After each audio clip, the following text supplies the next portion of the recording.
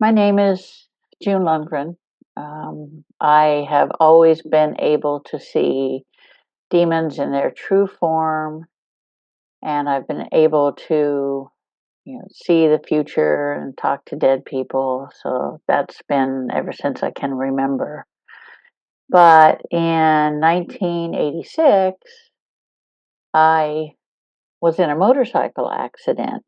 I had just met what is now my current husband, and I was on my way to his house to show him. I was going to teach him how to ride a motorcycle. So I had two motorcycles, and I was on my way there when a lady ran a red light and hit me on my bike. She hit me so hard that it embedded the foot brake into the engine housing, and it threw me across the street. I was not wearing a helmet. At that time, it was not a requirement. So next thing I know, I'm walking into the light, and I see my grandparents waiting for me, and they're happy that I'm there. But my grandfather's like, "You can't stay here. You're here for a reason." And I'm like, "Okay." And next thing I know, I'm seeing Michael the Archangel, who has been with me my entire life. So I'm used to seeing him. But he says, "You're here for a reason. It's time for you to understand just what and who you are." And I told him, I said, "I'm just me. So that's all I know is I'm me." And he said, "No, you need to understand that you're not simply the physical vessel that you inhabit." He says, your soul is actually Ariel, the Archangel. And I'm like, okay. I had never heard of her, but then I'm not a big uh, church person. I'm spiritual, but not, church person. But he says, "You are here to do as you have done in all your lifetimes. You're here to help mankind by removing demons and battling them." And I'm like, okay. And he's like, he touched my forehead, and I no longer looked like me. I looked like him. He's about 7 feet tall. He's got a 12-foot wingspan. And, let's see his physical features. He has blonde hair, blue eyes. And he's not classically handsome, but more, like a ruggedly handsome. And I, on the other hand, I said, "Well, what do I look like? Because I don't have, I don't have any mirror to see with."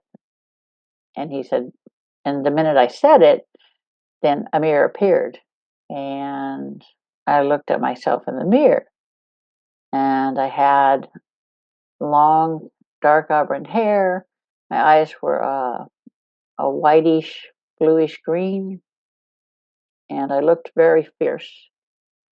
And he said, "This is who you are." He said, "Your body was created as a vessel to hold Ariel so that she can do the work in the physical world." And I'm like, okay. And I said, "So I have to deal with demons?" And he says, "Yes." I said, "Well, you couldn't give me some airy fairy job. You got to give me this nasty stuff." And he starts laughing, and he says, "Well, that's what Ariel enjoys doing. That's what she's suited for." And I'm like, "Well, how come she's down here?" I said that usually archangels do not, incarnate into the physical world. And he says, "You're here to learn lessons." He says, "This is life number 131. I'm like, "Oh, great. It'd take me 131 lifetimes to figure out, things." He's like, you had to learn to have compassion for mankind. You had none." And I said, "Well, what brought this about? What triggered the issue?" And he said, in 1198 AD, there was a mortal woman who cried out to God to ask for help, that she was being possessed by a demon. And so God heard her cries and sent Ariel to take care of the demon. And when Ariel got there, she saw that the demon was in full possession of the woman. And she told the woman, you summoned this demon and you seek help after you summoned it. It's like, basically, what's wrong with you? You should be made to live with it because you shouldn't have done it in the first place.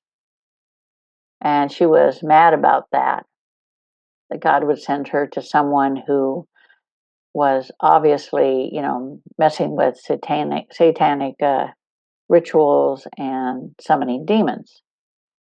So she reached into the woman's body and she ripped out the demon. And when she ripped the demon out of the woman's body, the physical body died and her soul was released into the light. And God was upset about it. She went back into heaven, and God sent for her. Michael came and said, God's calling for you. You need to go see him. So it's like, okay, and she's like, she gets there and he's like, you have no compassion for mankind. He says, you are not in tune with them. You don't care what happens to them. That's not the way it's supposed to be. You've been here too long. You've forgotten how to have compassion for man. He says, I'm going to send you back to live human lives until you learn to have compassion for mankind. And she was very, very upset. She's like, the woman summoned the demon in the first place, and then she seeks my help, and they're not worthy of the lifetimes that you give them. When they do things like that, it really upsets me, and it makes me realize that they don't value their lives.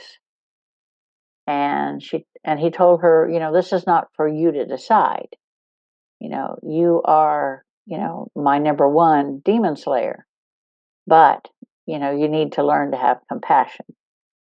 So he says, you're going to go back and live physical world lives. And she was very, very upset with that. So last thing any angel wants to do is be subject to a shell. So she went and saw Michael, and Michael told her this begins soon. And he's knew that this was the last thing she wanted to deal with and do. And he told her, he says, listen, they live short lives. It's going to be over before you know it. And then you'll be right back. What he didn't tell her was, what is short in heaven is long in the earthly plane of existence. He figured it was better. He was better off not mentioning that little fact because that would make her even more upset. So suddenly she felt the transition and she went back into her first lifetime. So it took her a good 3 or 4 lifetimes in order for her to be able to understand and adjust to the emotions of being a human. On the other side, she knew, what pain was, what love was, what fear was. She knew the concepts of these emotions, but they don't experience them on the other side the way we do in the physical world. So she was unprepared for the onslaught of these emotions. And the first 3 or 4 of her lives were just sucked rocks badly because she had to come to terms with dealing with these raw emotions and how humans work and their perception of things. So it took her, like I said, 3 or 4 lifetimes. Finally, by that time, she understood, but she wasn't much better off because each lifetime that she lived, her death was not, okay, let's go to sleep and come back the next day.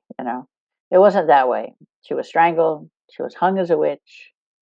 She was burned as a witch. She was strangled to death in the life before this one, before I lived in the 40s. And so she basically had a pretty rough life in every lifetime. Nothing was simple, nothing was easy. But in each lifetime, she was born with the knowledge of what she was and what her goal was in that lifetime. Really didn't make it any easier for her. She knew she had to do these things, but man was difficult to understand, especially during the times of the witch trials and things like that. She was actually uh, incarcerated in a place called the Cage in St. Osoph in England. It was a medieval women's prison, and anybody that was put in there for being accused of being a witch, they were hung. You weren't fed properly. Nothing. There was no sanitary stuff.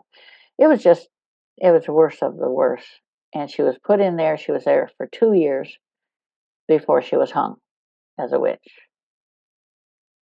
And she cried out to Michael right before her death and said, you need to get me out of here because I don't want to be hung. I don't want to feel this. So he pulled the soul out before that happened. And when she was burned at the stake, he pulled her soul out before then as well, because the trauma was such that, she would definitely have a hard time in the next lifetime after that, and probably several lifetimes. But once she got through the first 10 lifetimes, she got the gist of it and was able to understand that she had to keep a low profile and that she had to do the work in secret. She couldn't let anybody know about it.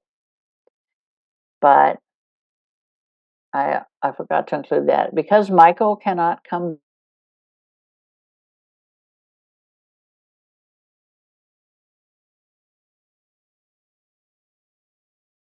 back and he asked for someone to go to.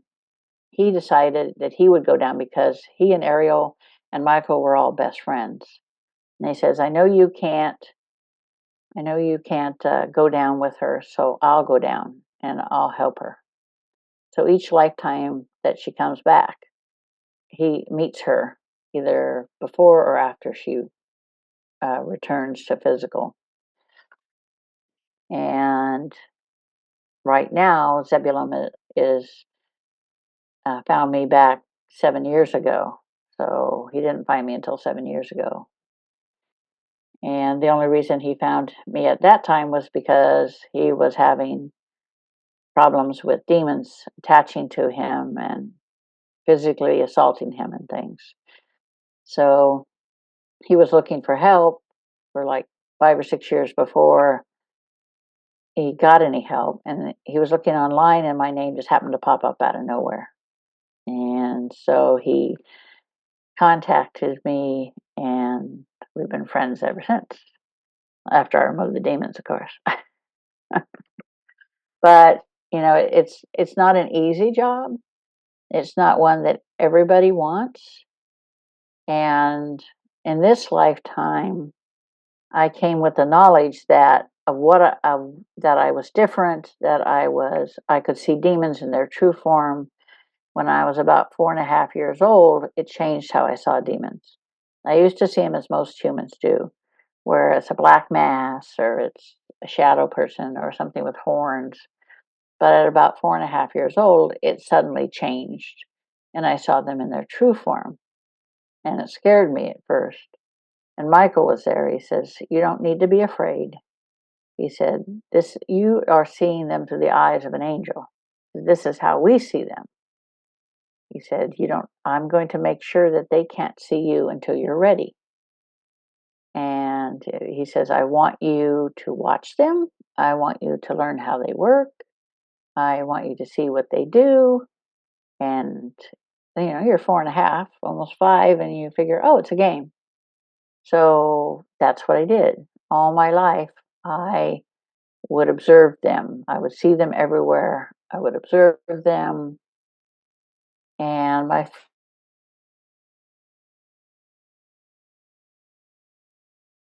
I've lost you on the audio.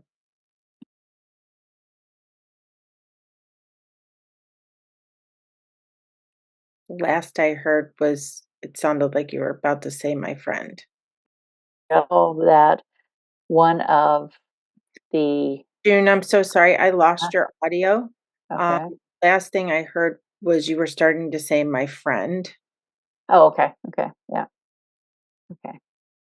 My friend, uh, he had problems with demons, and that's how he found me. Was he was looking for help. He had been plagued by these demons for 5 or 6 years before he found me. He was looking on the internet for someone to help him, and my name popped up out of nowhere. And that's when he connected with me. That was 7 years ago. And I've been keeping him free of demons ever since. But my first real interaction where demons saw me and I saw them was when I was in the military. I was stationed at a SAC base, Strategic Air Command, in the Air Force. I was 20 years old. And I was called in, I was working in the emergency room, was called in by a tech sergeant that one of his people had not shown up for work for a couple of days. And they wanted to go into his barracks room. And I think they were afraid that they'd find him dead there. So they're like, you guys need to come up. You can't come with me. So myself, and the other tech, we met him at the barracks, and he unlocked the door, and we went inside. The minute I went inside, I saw this demon hanging up in the corner of the room. It was looked like it was waiting, like a vulture, waiting to attack. I went over to him. I ignored the demon, went over to him, and he was still breathing. He still had a slow heart rate, but he was curled up in a ball on the floor. So I told my friend, I said, "Let's get him out of here. We need to get him back to the emergency room." My friend that was the tech I was working with, Boggs, his grandmother was a voodoo practitioner, so he knew all about the bad ones as well as the good ones. So I told him, I said, "There's something here you don't want to see." So we got him out of there, took him back to the emergency room. We put him into one of the exam rooms, and I went out to get the what I needed, the supplies I needed to start an IV on him. When I came back in the room, the demon was hanging over him, and it was trying to pull the life force out of him. And he looked at me when I came in, and he said, "This one belongs to us." And then was the first time I felt and heard Ariel come out, and she said, "This one belongs to us." And whatever he saw in my face, which I'm sure it was Ariel coming forward, he left in a hurry. And then she went back in, and I finished starting the IV. I went by and saw him a few days later after he had recovered. He said, "I had the weirdest dream." He said, "I had a dream that there was a demon and it was trying to take my life. And then there was a female archangel and warrior angel, and she said, 'No, this one's ours.' And she saved me." And I told him, I said, "Well, that's just God's way of telling you he's got your back." I had found out that he had been to a party on base, and someone had put angel dust in his soda. He was a chaplain's assistant. He would walk around a bug rather than hurt it. That angered me greatly. But he left the military because of that incident. So he wasn't never the same again. But it's things like that that you don't realize happen. And there's a lot of things that people don't understand about what I do. When I battle a demon, I am not in the physical realm of existence. I am not in the heavenly realm of existence. I am in what they call a no man's land. And there I do battle with them. The battle is like old school. There's no guns. All you have is white light swords. The angels have white light swords, and the demons have dark swords. And you battle hand to hand combat. And when a archangel slices through a demon, its molecules are spread among the stars. Unlike us, it can never come back again. So when it's dead, it's dead. There have been many battles, even in this lifetime. And it's something that I do on a regular basis. People don't understand. It's not like I'm standing here battling the demon in the physical sense. But I can be injured just like the angel can be injured. There was a battle that happened on 8/18/18 that was pretty nasty. It was Lucifer's son had been looking for the physical body that Ariel inhabited, and he gathered his followers, and he issued, a declaration of war. And Ariel said, "I will do it on my own time and my own way." And she had planned to do it on this date, and it would take place in no man's land, because that you could be demon or you could be angel and be in this no man's land. So it was like, Lucifer came to me prior to the battle and said, "Listen, I did not sanction this. This is not, this is not what I want." Says, "This is on my son's head." Says, "If he dies, he dies." Says, "It's not what I want to have happen, and he won't listen to me at all. He seeks revenge." He said, "So I do not have his back." And he left. And I'm like, so be it. He dies, he dies. So the battle occurred. It's like a giant field, and the bad guys are on one side and the good guys are on the other. So the Legion of Light is comprised of Michael, Gabriel, Raphael, and Ariel. And they are the first line under God and Jesus. They are the elite demon slayers. And they are in charge of all the other archangels and warrior angels. And the battle began. And it lasted, in the physical world, it lasted about 30 minutes. Over there, it lasted a few seconds. But in the end, Ariel was able to capture M. I'm not going to say his name, but M. And um, she said, "I know that you've been letting demons into the world to wreak havoc with people and on a global scale. She said, I want you to call them back, call back your followers."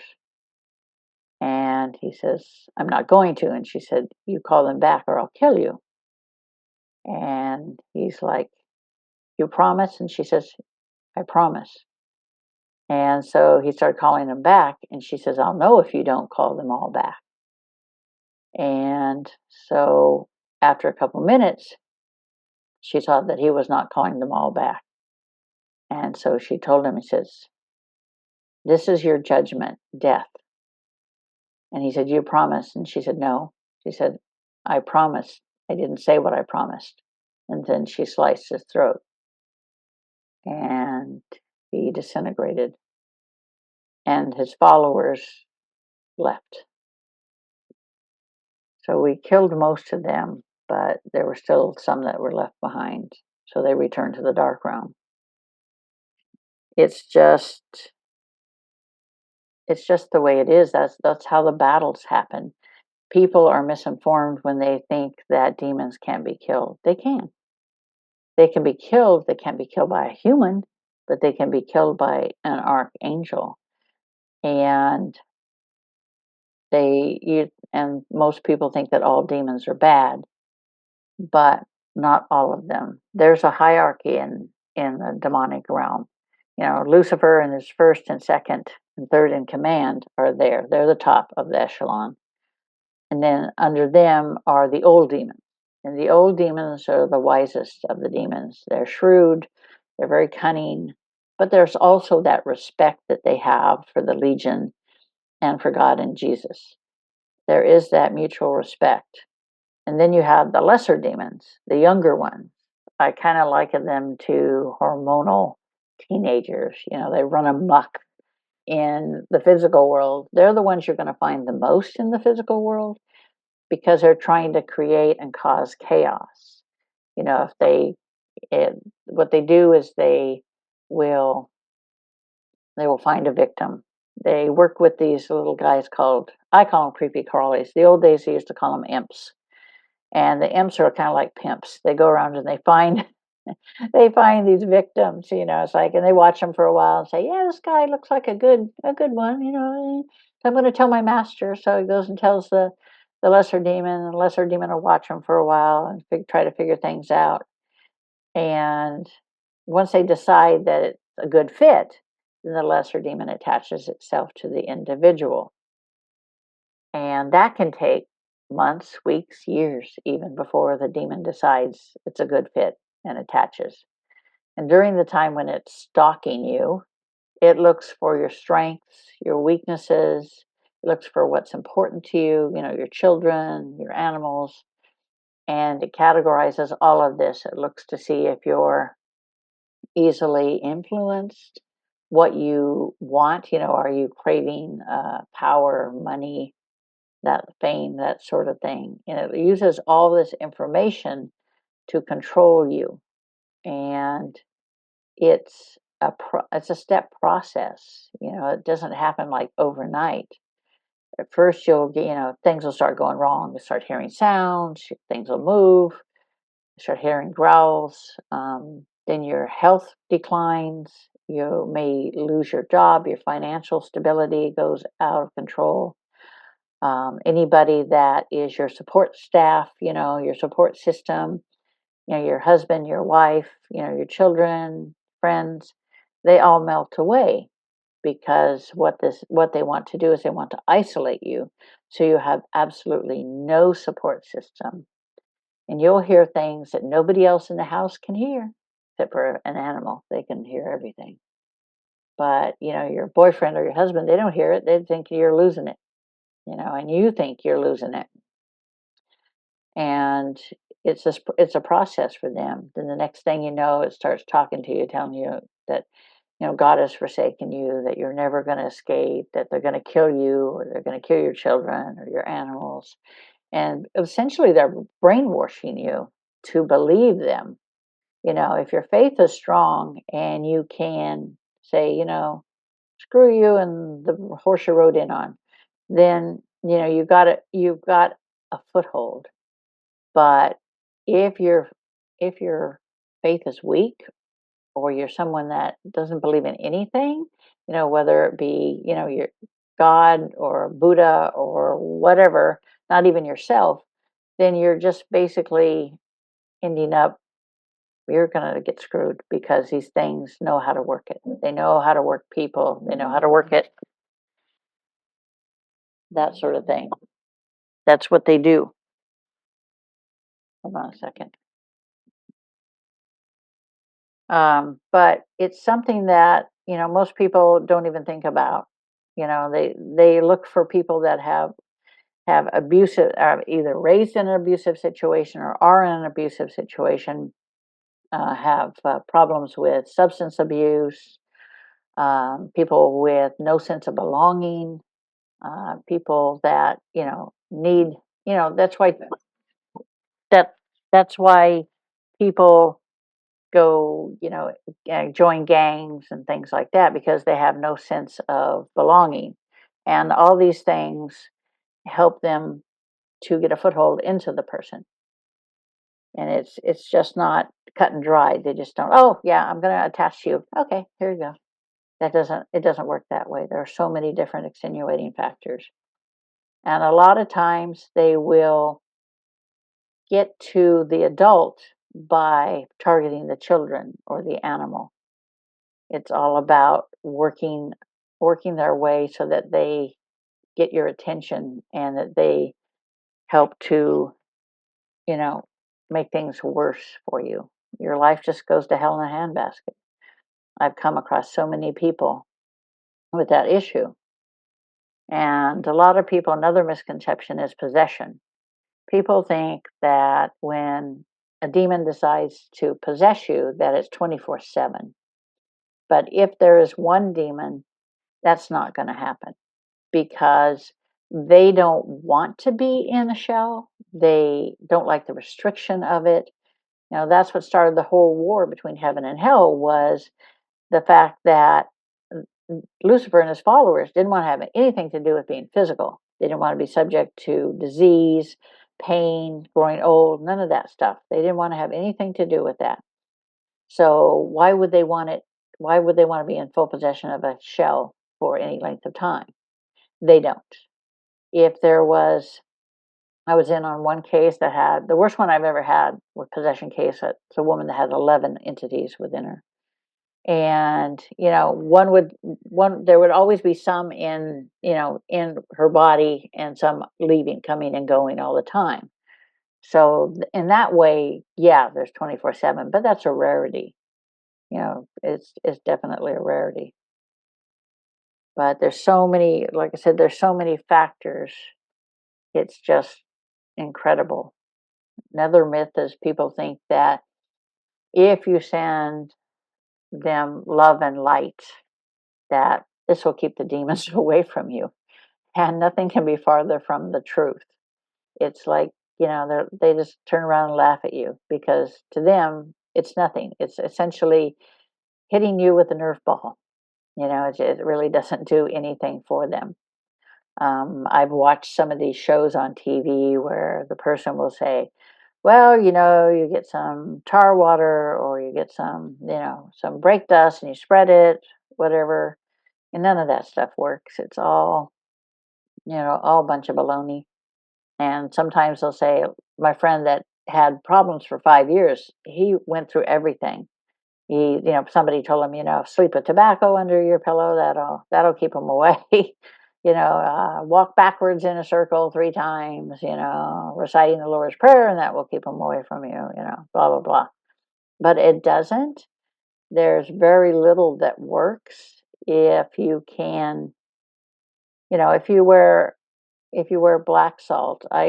When I first started doing demonic removals, God and Michael gave me a recipe for black salt that they bless at each step of the making, and Ariel puts her energy into.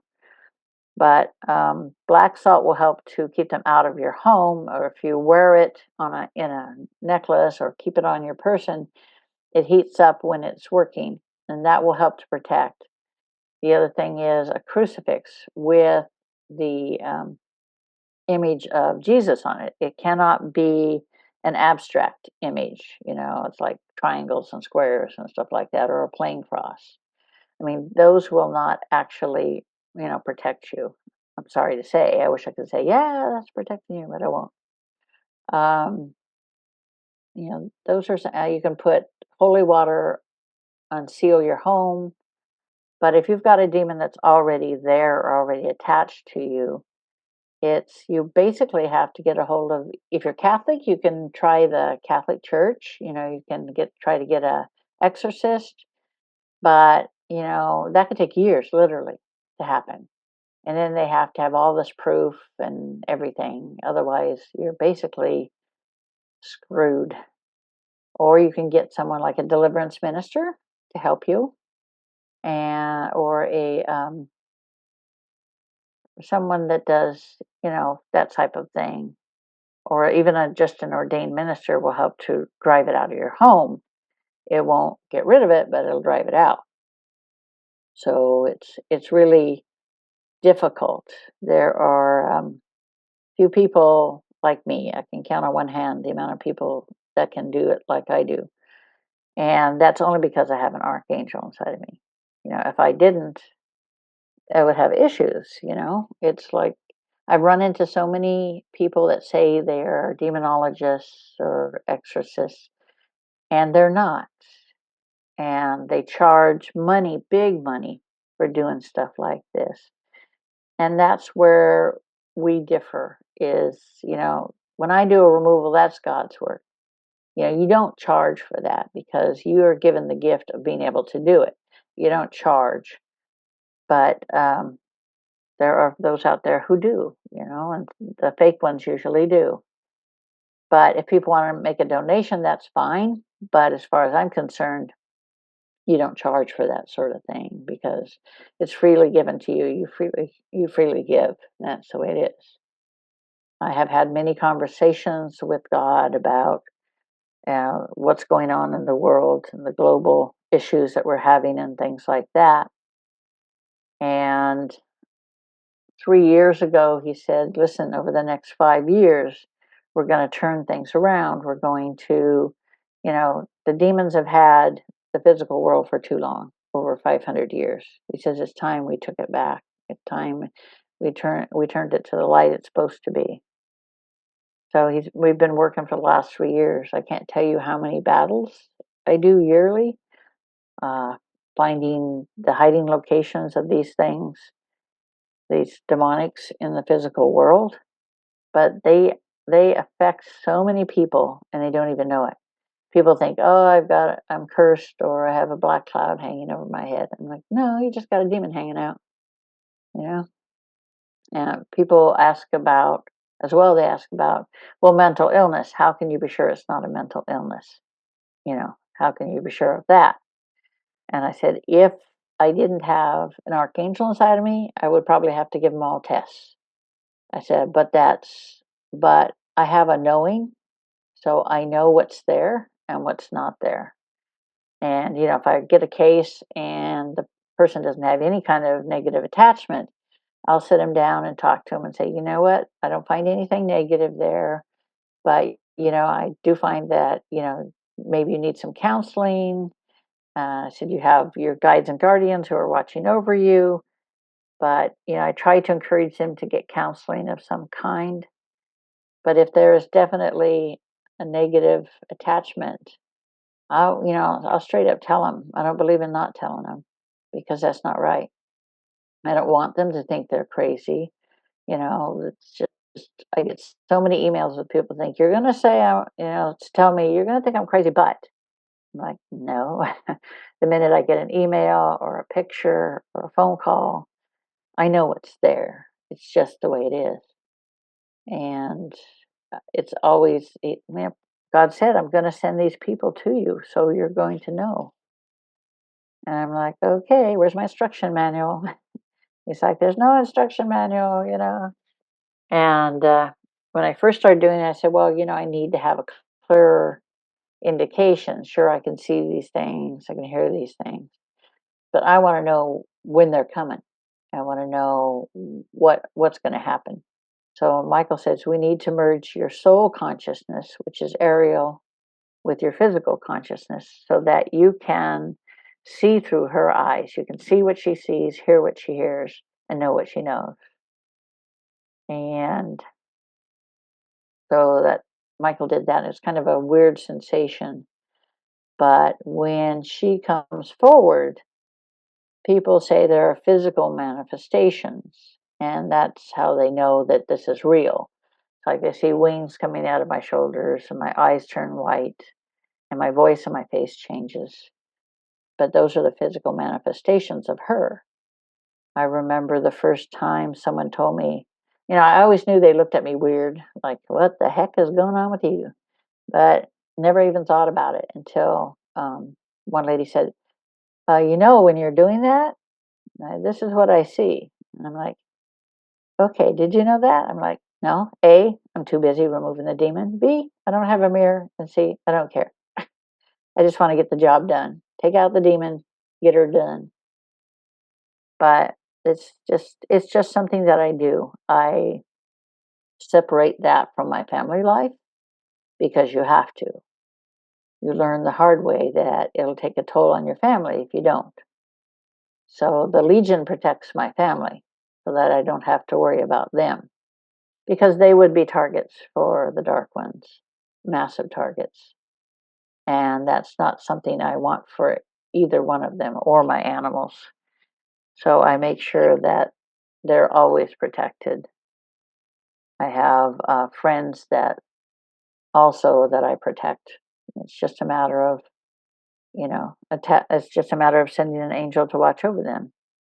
Warrior angel is usually who I send, and they're strong enough in their own right. But it's warrior angels are a great help. There are over 300,000 of them in the world today in physical form. And it's not like they volunteered to be, in physical form. It's the fact that God has said, this is your job. I want you to go down and I want you to help. I want you to help mankind. I want you to look for this or look for that. Each warrior angel has its own definite, uh, niche. There are some that are strategists. There are some that are healers. There are some that are communicators. It's all about whatever their specialty is. And, there are some that are listeners who just listen. You ever find someone that's like you talk to and they just listen and it makes you feel better. And chances are they're a warrior angel because that's how they work. Over the last 3 or 4 years, I've had over 5,000 of them come to me. They come to me to find out who they are, what they are, and what the name of their angel is.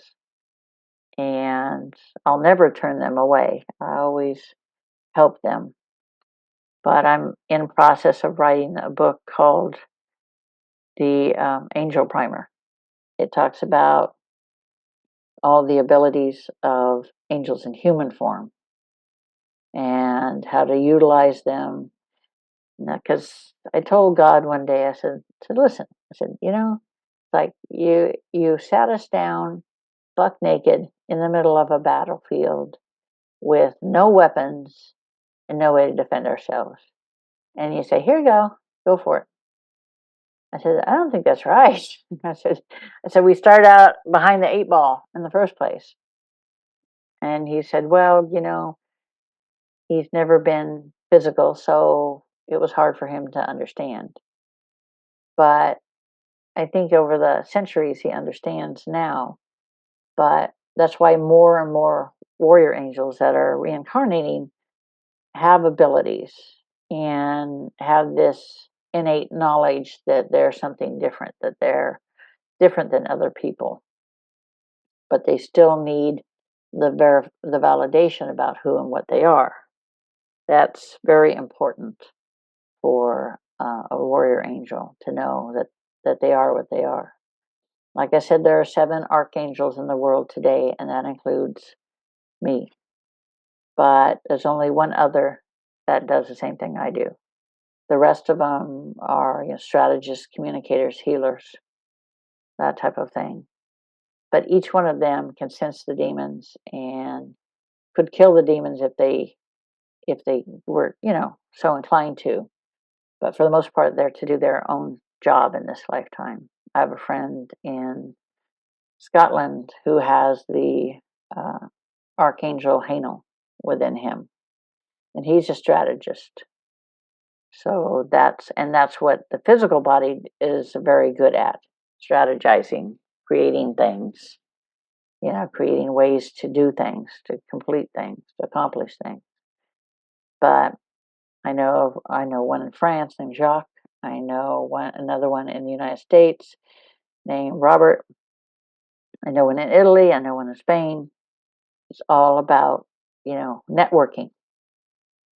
So once you find all of these, you have to help them to understand who and what resides within them, so that they can start the work and continue it, and they can help in turn help others to understand. It's just a big giant, I call it a ghost to ghost relay. We all have to keep in touch. We all have to know what's going on with each other. And if somebody's in trouble, then you help them. You don't mince words. You don't say, "Oh, really, I got to cook dinner, so that's going to have to wait."